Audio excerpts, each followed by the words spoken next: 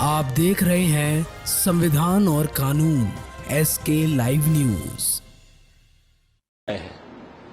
क्योंकि हिंदुओं के जो 33 कोटि देवता हैं वो अगर किसी एक जगह में रहते हैं तो वो गाय है, और उसका वेद में, शास्त्र में, पुराण में सर्वत्र बहुत महात्म्य कहा गया है। ऐसी गाय जिसको हम माता कहते हैं वो काट करके और उसके बोटी बोटी करके उसका मांस बेचा जा रहा है। इससे बढ़कर के दूसरा कलंक कौन हमारे माथे पर होगा और पीड़ा कौन सी हमारी होगी। तो स्वाभाविक है कि किसी भी हिंदू के मन में ये तो पीड़ा है ही है और इसके निवारण हो जाना चाहिए, क्योंकि अब 75 साल से ज़्यादा का समय हो गया देश में अपनी सरकार बने।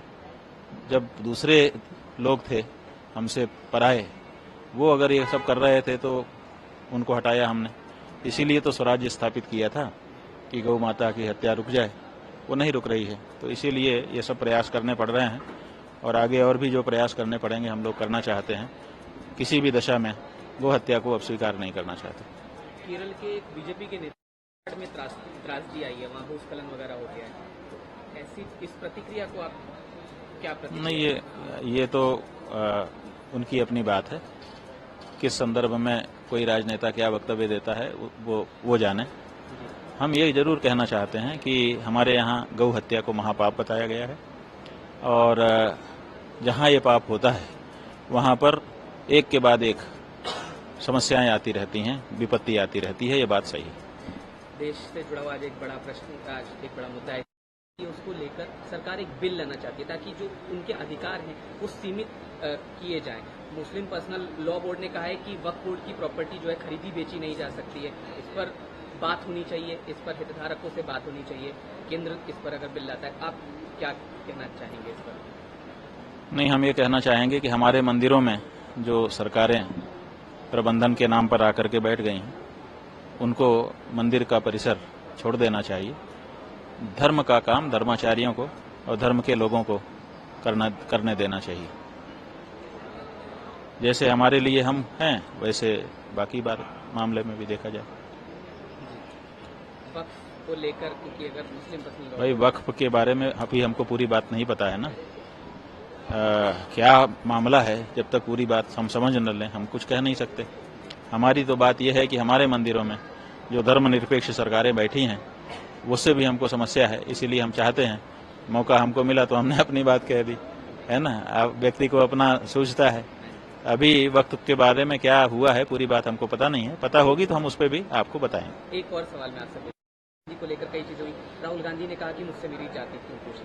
तो एक तरफ जातीय जनगणना की बात भी चल रही है, तो अगर इस पर आपकी एक प्रतिक्रिया कि कैसे देखते हैं इस पूरे मुद्दे को, क्योंकि लगातार विपक्ष तो सवाल उठा रहा है, मगर नहीं, जो जाति की जनगणना की जो बात है वो एक पक्ष कह रहा है कि जाति की जनगणना होनी चाहिए ताकि जिसका जितना हिस्सा है, हिस्सेदारी उसकी है, उतनी उसकी भागीदारी हो जाए। दूसरे कह रहे हैं कि इससे हिंदू समाज में भेदभाव उत्पन्न होगा, बिखराव उत्पन्न होगा। जाति की बात नहीं करके एक हिंदू समाज है ऐसा कहना चाहिए। अब ये जो बहस है ये तो बहस चलेगी, अपने अपने पक्ष वो कहेंगे। हमारा ये कहना है कि हिंदू समाज भले अनेक जातियों में बटा हुआ है, लेकिन हर जाति गाय को अपनी मां मानती है। इसलिए गाय का बिल लाना चाहिए। तो गाय का बिल अगर संसद में आएगा तो किसी भी जाति का हिंदू होगा वो उसका समर्थन करेगा। कार्यालय में अनिवार्य हो सकता है ताकि संपत्ति का मूल्यांकन किया जाकर सूत्र के बाद वक्फ काउंसिलिंग और महिलाओं को भी शामिल किया जाएगा, पहले नहीं था। क्या कहना?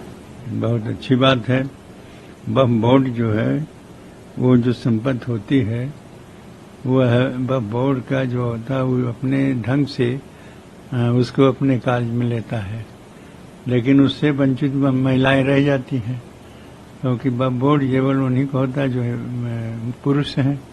तो अब हमें संशोधन हो रहा है कि वक्फ बोर्ड की संपत्ति कितनी है और किस प्रकार से वक्फ बोर्ड की संपत्ति बन रही है, वक्फ बोर्ड की संपत्ति कैसे हो गई और किस आधार पर उनको मिला, यह सारी बातें होगी और उसका मूल्यांकन करेंगे। मूल्यांकन यह है कि उसकी कीमत कितनी है जो वक्फ बोर्ड की संपत्ति है। तो हर क्षेत्रों में जो वक्फ बोर्ड की संपत्ति है उसको संशोधन कर रहे हैं उसमें महिलाओं का योगदान नहीं है, तो महिलाओं का योगदान भी होना चाहिए, इसको भी करेंगे। और उसके बाद जितनी भी वक्फ बोर्ड की संपत्ति है वो कितने मूल्य की है, ये मूल्यांकन करना है पड़ेगा। और विशेषकर वो प्रशासन करेगा, जो जिलाधिकारी होंगे उसी के माध्यम से होगा। और मूल्यांकन जब कर लिया जाएगा तब उस पर विचार होंगे कि ये संपत्ति जो इनकी वक्फ बोर्ड की मिली है वो किस आधार पर इनको मिली है, और ये सरकारी संपत्ति को ऐसे वक्फ बोर्ड क्यों ले लिया है, वक्फ बोर्ड को किसने दे दिया, ये सारी बातें होंगी। और उसी प्रकार से संशोधन होगा। संशोधन के साथ साथ उसका मूल्यांकन किया जाएगा।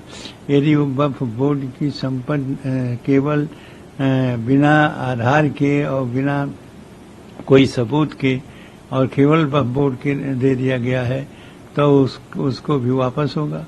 और उसकी मूल्यांकन यदि है तो उतनी मूल्य उनको देना पड़ेगा, तभी वो वक्फ बोर्ड की संपत्ति हो पाएगी। अभी तक जितनी वक्फ बोर्ड की संपत्ति हैं वो सब मुफ्त में है। सरकार की जो संपत्ति है यह उसको मुफ्त में बिना किसी लेन देन के किसी मूल्य चुकाए वो वक्फ बोर्ड की संपत्ति हो गई। अब वक्फ बोर्ड अपने अनुसार उसका उपयोग में लाता है, कोई उपयोग में लाता है, कोई अनुपयोग में लाता है। तो ये सारी समस्याओं का समाधान यही है कि उसका मूल्यांकन किया जाए और उससे महिलाओं का भी अधिकार हो।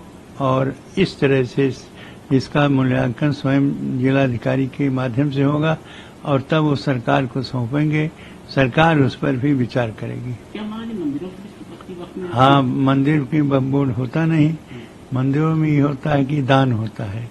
किसी ने दान कर दिया और रजिस्ट्री नहीं किया तो ऐसी संपत्ति वो मंदिर की होती है। किसी ने दान करके किसी व्यक्ति को दे दिया, वह उसका रजिस्ट्री नहीं होती, उससे दान लिख करके दे दिया जाता है। तो यह सब किया जाएगा कि नहीं, इसमें ये संपत्ति चाहे उनके वक्फ बोर्ड के हो चाहे दान के हिंदुओं की हो, वो दोनों संशोधन होंगे। दोनों पर यह विचार किया जाएगा कि यदि वो संपत्ति है और उनको दान के रूप में मिला तो दान के रूप में फिर उस पर जिलाधिकारी मूल्यांकन करेगा, फिर सरकार उस पर विचार करेगी। खबरों के लेटेस्ट अपडेट के लिए इसी तरह हमारे साथ जुड़े रहें और इस वीडियो को ज्यादा से ज्यादा शेयर करें।